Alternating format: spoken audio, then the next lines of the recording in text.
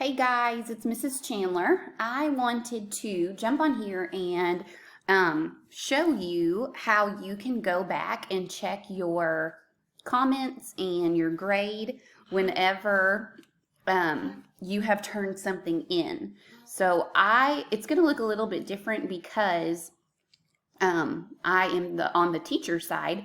So I was going through here when you turn something in. I get a screen, and what I do is I go through here. So this one's Chana, and when you go back and look at your assignment, usually the picture is going to be bigger because I usually make it bigger so that I can see what you have wrote.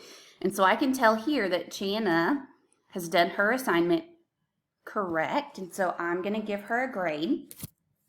And then if I want to tell Chana anything, I'm going to type in a comment. So I think she did a great job. So I'm just going to write, great job, Chana. And then sometimes I will also give a little sticker, and they're these little Bitmoji stickers. And then I'll go to the next one. Oops. So let me show you what that will look like on your side. And I have done this with all of the assignments. So let me show you. Let's see, this is our Google Classroom, but because I'm the teacher, it's going to look a little bit different. So I'm going to go to a classroom where I am the student. And so Miss Johnson has a Google Classroom set up for teachers where we go in and we turn in our lesson plans every week. And so if I scroll down, actually I'll go to classwork, and I'm going to go to, let's see, I'm going to go here, okay? And it shows that I've turned something in. I'm going to go to view assignment, and then over here it says your work, okay?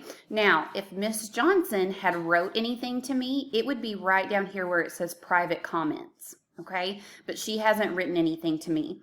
I can click on my work and go back and see if she has said anything or written anything down. She hasn't done anything to this one, okay? But if she had, I would be able to see it on my page. So when you go to your work that has been graded, when you click on it, you might see one of those stickers, you're going to see comments, you're going to see a grade. Also, if you've done something wrong, sometimes I'll go on there and type, or I'll draw out a little picture to show you. That way you know if I have, if you've done something not incorrectly, you can see what is, what's wrong with that, okay? One other thing, as you are doing your assignments, when you take a picture, make sure that you are showing me your picture right up to the camera. That way I can really tell what you are trying to show me. I was going to look and see. Let's see.